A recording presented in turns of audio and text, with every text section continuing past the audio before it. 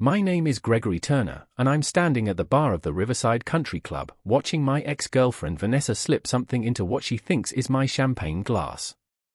She's wearing a midnight blue dress that I bought her last Christmas, before I discovered she'd been cheating on me with her personal trainer for 6 months.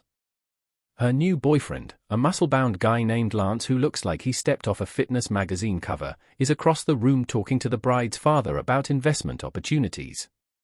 The wedding belongs to my college roommate Harrison and his new wife Sophie. I've known Harrison for 12 years, and when the invitation arrived months ago, I almost declined because I knew Vanessa would be there. She'd become friends with Sophie during our 2-year relationship, one of those connections that outlasted our breakup by virtue of shared yoga classes and weekend brunches I was never invited to. But Harrison had asked me to be one of his groomsmen, and I wasn't going to let Vanessa's presence keep me from celebrating my friend's wedding. I'd handled the awkwardness of seeing her during the ceremony and cocktail hour with professional detachment, making polite conversation when necessary and otherwise maintaining a respectful distance. Now, watching her doctor my drink with what appeared to be a small vial of clear liquid, I realized that Vanessa had different plans for how this evening would unfold. I'd stepped away from the bar to speak with Harrison's parents, leaving my champagne glass on the marble counter next to the arrangement of white roses. The glass had been distinctive, with a small chip on the rim that I'd noticed when the bartender handed it to me. When I returned, Vanessa was walking away from the bar area, and my champagne glass was exactly where I'd left it. Except now there was a second glass sitting next to mine, identical except for the lack of chip on the rim. Lance's glass, presumably, since he'd been drinking champagne all evening and had a habit of setting his glass down and forgetting where he'd left it. I watched Vanessa return to Lance's side, sliding her arm through his and whispering something in his ear that made him laugh. She glanced toward the bar, obviously expecting me to return and drink the champagne she'd tampered with. Her expression was the same satisfied smile I'd seen the night I confronted her about the text messages I'd found on her phone, the look of someone who thought they were cleverer than everyone around them. What Vanessa didn't realize was that I'd been watching her for the past hour, ever since I'd noticed her paying unusual attention to my movements and keeping track of where I set my glass. Old habits from our relationship, when I'd learned to recognize the signs that she was planning something manipulative or vindictive. I approached the bar cautiously, examining both glasses without touching either one. Mine, the one with the chipped rim, sat exactly where I'd left it, the champagne level unchanged. The second glass, which I now realized belonged to Lance, had been moved slightly and contained what looked like the same amount of champagne as mine, though something about the liquid seemed different. Slightly cloudy, perhaps, or with a faint residue around the edges. The bartender, a professional who'd been working weddings for decades, noticed my hesitation. "Something wrong with your drink, sir?" he asked quietly. "I'm not sure," I replied. "Did anyone approach this area while I was gone?" He nodded toward Vanessa. "The lady in the blue dress was here a few minutes ago." She was looking at the glasses, seemed confused about which one was hers. I thanked him and stepped back from the bar, processing what I'd observed. Vanessa had attempted to spike my champagne with some unknown substance, but in her hurry or confusion, she'd doctored Lance's glass instead of mine. Her boyfriend was about to consume whatever she'd intended for me. The smart thing would be to warn Lance immediately, prevent him from drinking the tampered champagne, and then deal with Vanessa's attempt at drugging me through appropriate channels. But as I watched Lance cross the room toward the bar, laughing at something Harrison had said, I felt something cold settle in my chest. This was the man Vanessa had been seeing while we were still together, the person she'd chosen over 2 years of what I thought was a committed relationship. He'd known she was in a relationship when they started their affair, had participated in the deception that destroyed my trust in someone I'd genuinely cared about. More importantly, whatever Vanessa had put in that champagne was meant for me.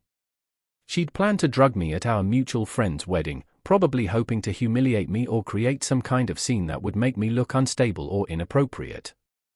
The consequences of her actions should fall on the person she'd chosen to betray me with. I walked to a quiet corner of the reception hall and pulled out my phone, opening the camera app and switching to video mode. If Lance was about to experience whatever Vanessa had planned for me, I wanted to document what happened next.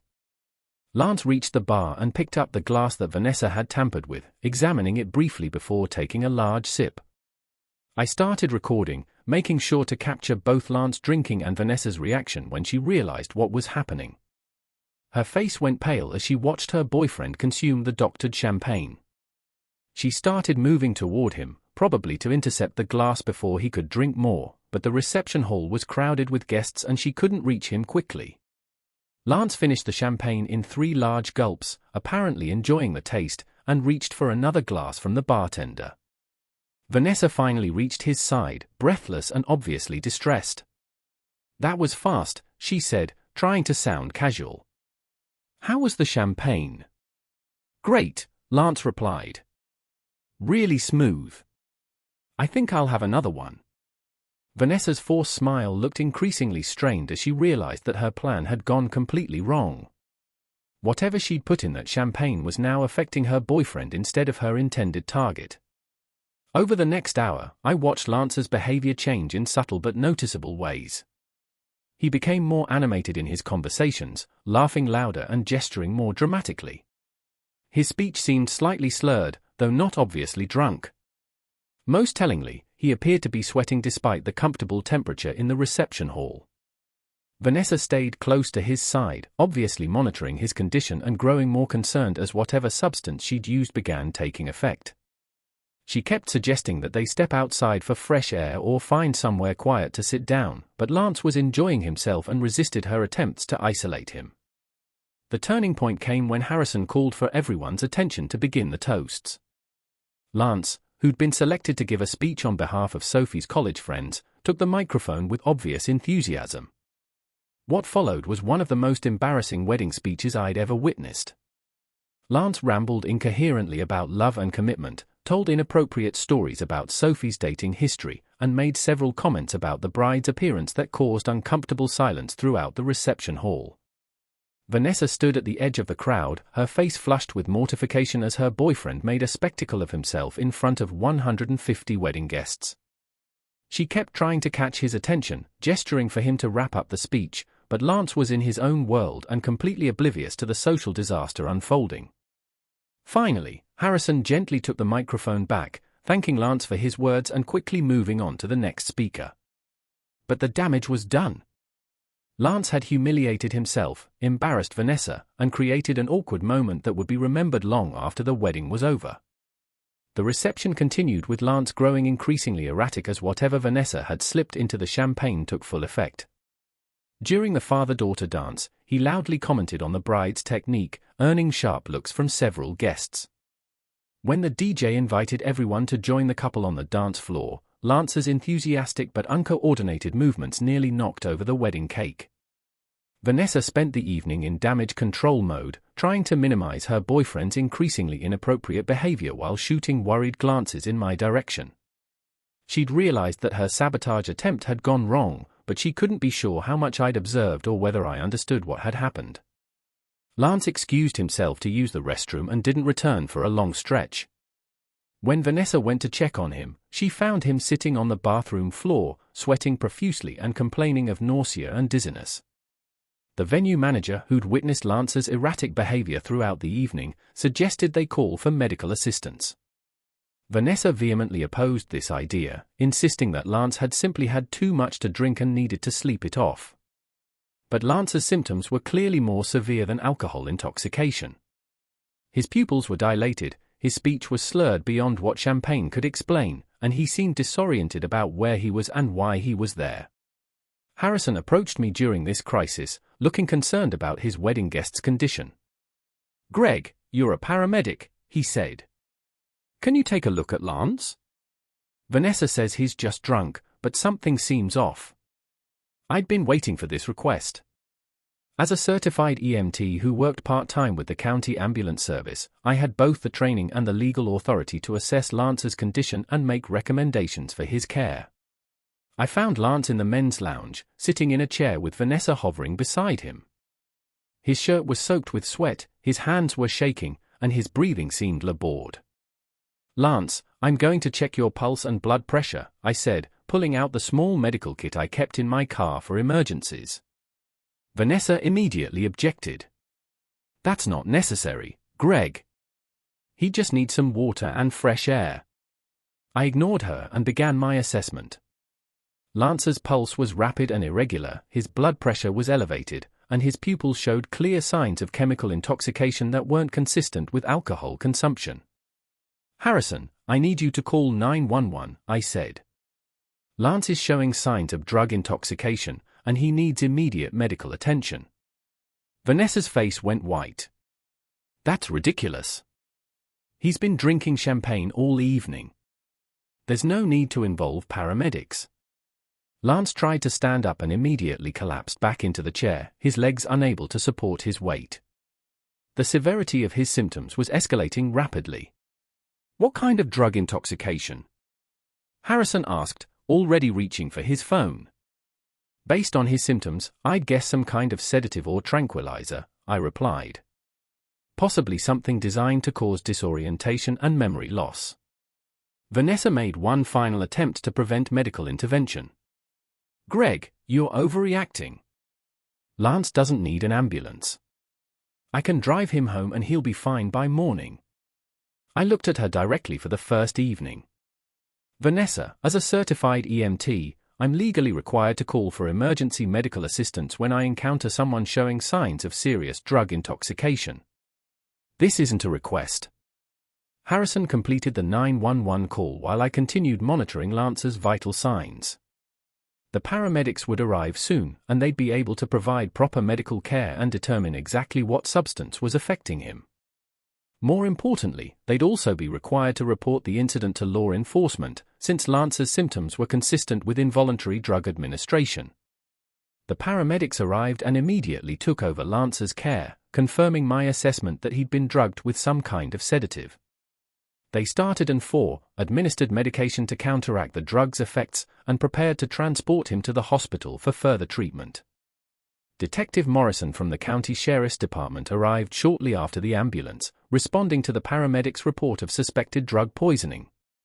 She began interviewing witnesses and collecting evidence, starting with Lance's champagne glass, which still contained residue from whatever Vanessa had put in it. Harrison provided a statement about the evening's events, including Lance's inappropriate behavior during his speech and his subsequent medical emergency. Several other wedding guests confirmed that Lance's behavior had been unusual and increasingly erratic throughout the evening. When Detective Morrison interviewed me, I provided both my professional assessment of Lance's condition and my personal observations about the champagne glasses at the bar. I noticed that someone had been near the bar area while the glasses were unattended, I said carefully. When I returned, the glasses appeared to have been moved or switched. Did you see who was in that area? She asked. I provided Vanessa's name and described what I'd observed, including her apparent confusion about which glass belonged to whom. Detective Morrison made notes and asked for my contact information in case she needed follow-up information for her investigation. The wedding reception effectively ended with Lance's medical emergency and the arrival of law enforcement. Harrison and Sophie, understandably upset that their celebration had been disrupted by a criminal investigation, thanked me for my medical assistance and asked me to keep them informed about developments in the case. As guests were leaving, Vanessa approached me in the parking lot. Her composure was cracking, and she looked desperate. "Greg, we need to talk," she said. "There's been a misunderstanding about what happened tonight." "I don't think there's been any misunderstanding," I replied. "Someone put drugs in a champagne glass, and your boyfriend consumed them instead of the intended target." "You don't know what you're talking about," she said, but her voice lacked conviction. I pulled out my phone and showed her the video I'd recorded of Lance drinking the tampered champagne and her reaction to realizing what was happening. "Actually, I know exactly what happened, Vanessa. The question is whether you want to explain your actions to me or wait to explain them to Detective Morrison." Vanessa stared at the video footage, her face cycling through several expressions before settling on resignation. "What do you want?" she asked finally. "I want you to understand that your actions tonight could have seriously injured someone," I said. "Lance is in the hospital because you tried to drug me at our friend's wedding." "It wasn't supposed to be dangerous," she said quietly. "It was just something to make you feel sick, maybe embarrass you a little." "What exactly did you put in that champagne?" Vanessa hesitated, then reached into her purse and pulled out a small vial with a pharmacy label. It was a prescription sedative, something she'd apparently obtained from her doctor for anxiety but had saved to use against me. "This is evidence of attempted drugging," I said, taking a photo of the vial. "You realize that Detective Morrison is going to want to speak with you about this." Vanessa put the vial back in her purse, her hand shaking slightly. "Greg, please. I made a mistake. I was angry about how things ended between us, and I wanted to get back at you. But I never meant for Lance to get hurt. Yet Lance is the one in the hospital," I pointed out. "Your revenge plan failed, and now someone you supposedly care about is suffering the consequences." Detective Morrison called me later to inform me that Lance had been released from the hospital after spending 2 nights under observation. The blood tests confirmed he'd been drugged with a prescription sedative that could have caused serious respiratory problems if he'd consumed more of it or mixed it with additional alcohol. More significantly, the laboratory analysis of the champagne glass residue matched the prescription medication found in Vanessa's possession. The pharmacy record showed she'd filled a prescription for the same sedative weeks before the wedding, claiming she needed it for anxiety related to attending social events with her ex-boyfriend present. Detective Morrison had obtained a warrant to search Vanessa's apartment and car, where they found additional evidence of premeditation. Her internet search history included queries about drug interactions, how long sedatives remain in someone's system, and whether small amounts of medication could be detected in champagne. They also found handwritten notes outlining her plan to spike my drink during the wedding reception, including a timeline of when I typically stepped away from the bar and how she could access my glass without being observed. The evidence painted a picture of calculated revenge rather than impulsive anger. Vanessa had spent weeks planning to drug me at Harrison's wedding, researching methods and dosages to ensure I would be humiliated but not seriously injured. What she hadn't anticipated was the possibility of switching the wrong glass, or that her boyfriend would suffer the consequences of her vindictive scheme. Months later, Vanessa was arrested and charged with assault with intent to poison, reckless endangerment, and possession of controlled substances with intent to distribute. The prosecutor explained that her attempt to drug me constituted assault even though Lance had been the actual victim, since intent to harm one person doesn't disappear because a different person was injured instead. Lance had no memory of most of the wedding reception after consuming the drugged champagne. He remembered giving the toast but couldn't recall what he'd said or why people had reacted negatively. The security footage from the country club showed him making inappropriate comments and behaving erratically, but he had no recollection of any of it. When Detective Morrison informed him that his girlfriend had been the one who drugged him, Lance initially refused to believe it. He insisted that Vanessa would never do something so dangerous and that there must be some mistake in the investigation. But the evidence was overwhelming, and Lance gradually came to understand that Vanessa had been willing to risk his health and safety to get revenge on her ex-boyfriend. Harrison called me after Vanessa's arrest to discuss how the incident had affected his relationship with both of us. "Greg, I owe you an apology," he said. "Sophie and I were frustrated that our wedding got disrupted by police and ambulances, and we initially blamed you for overreacting to Lance's condition." "You were protecting your wedding day," I replied. "That's understandable. But we didn't understand that Vanessa had actually tried to drug you, and that Lance was in the hospital because of her actions rather than just too much champagne." Harrison explained that several wedding guests had approached him with concerns about Vanessa's behavior that evening, noting how she'd seemed unusually focused on my movements and had been observed near the bar area when drinks were left unattended. The criminal case moved forward quickly, with Vanessa's attorney attempting to negotiate a plea agreement that would avoid jail time. But Lance's medical bills from his hospital stay exceeded $8,000, and his employer had suspended him pending investigation of his behavior at what they considered a professional networking event. Lance's attorney filed a civil lawsuit against Vanessa seeking compensation for medical expenses, lost income, and damage to his professional reputation. The lawsuit detailed how his career as a personal trainer depended on maintaining a professional image, and how the wedding incident had led to client cancellations and suspension from the gym where he worked. Vanessa eventually accepted a plea agreement that included 6 months in county jail, 3 years probation, restitution for Lance's medical and legal expenses, and mandatory counseling for anger management and substance abuse. Lance attended the sentencing hearing and gave a victim impact statement describing how the drugging incident had affected his health, career, and personal relationships.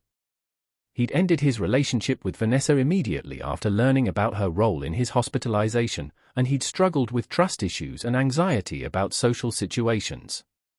I also provided a statement to the court, focusing on the broader implications of Vanessa's actions rather than personal revenge. Your Honor, I said, the defendant's decision to bring drugs to a wedding celebration and attempt to poison someone shows a complete disregard for public safety and social norms. Her actions endangered not only her intended victim but everyone present at that event. After the sentencing, Lance approached me outside the courthouse. I owe you an apology, he said. I know you and Vanessa had history, and I should have realized that my relationship with her might put me in the middle of unresolved conflicts.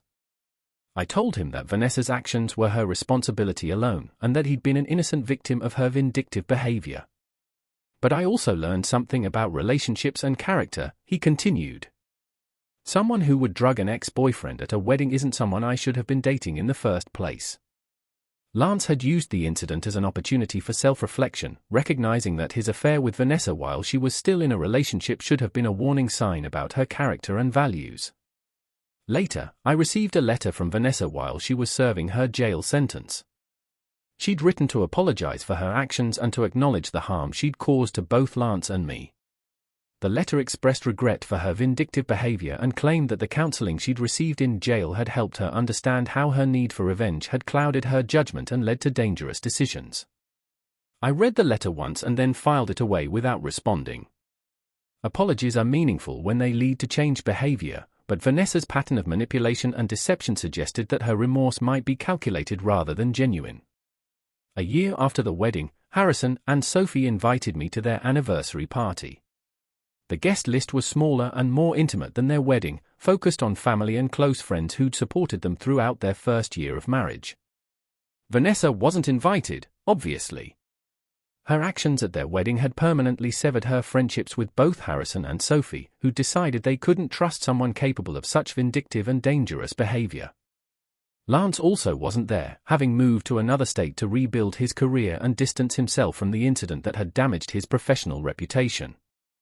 As I watched Harrison and Sophie celebrate their anniversary surrounded by people who genuinely cared about their happiness, I reflected on how Vanessa's revenge scheme had ultimately revealed the strength of real relationships versus the toxicity of vindictive ones. Her attempt to humiliate me had instead exposed her own character and led to consequences that extended far beyond one ruined evening. Sometimes the people who try to poison your life end up poisoning their own instead.